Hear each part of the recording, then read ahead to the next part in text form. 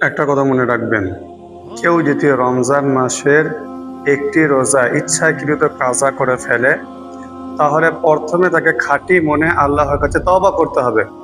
অতঃপর সেই রোজার কাজা আদায় করে দিতে হবে। এটা তার উপরে ফরজ। তবুও ওই রোজার প্রকৃত বরকত এবং ফজিলত থেকে সারা জীবন বঞ্চিত থাকবে। প্রিয় ভাইসো আমার, এ সম্পর্কে আমরা একটা ঘটনা লক্ষ্য করি।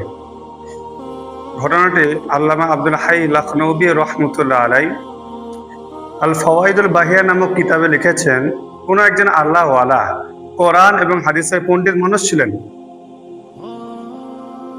তাই তিনি ইচ্ছাকৃত নামাজ ত্যাগ করা তো দূরের কথা, কখনো জামাতের সাথে নামাজ ছাড়তেন না। তা ঘটনাক্রমে কোনো এক সময় তিনার একবার জামাত ছেড়ে যায়, আর সেই জন্য তিনি খুবই দুঃখিত হন।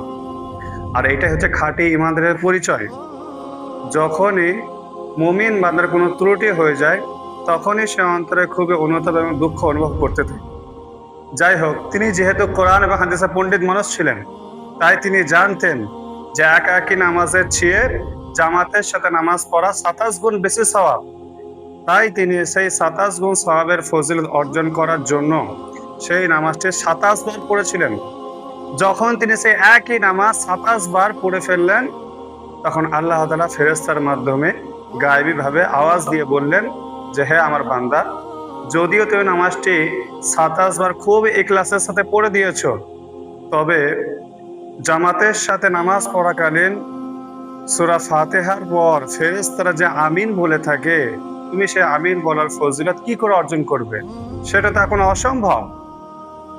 তাহলে এই ঘটনার আলোকে আমরা বুঝতে পারলাম যে অনিবার্য কারণবশত যদি রমজান মাসের একটি রোজা কাজা করা হয়, যদিও এই কাজা রোজাটাকে অন্য মাসে আদায় করে দিলে যদিও ফরজ আদায় হয়ে যাবে, তবে তার ফজিলত হাসিল হবে না।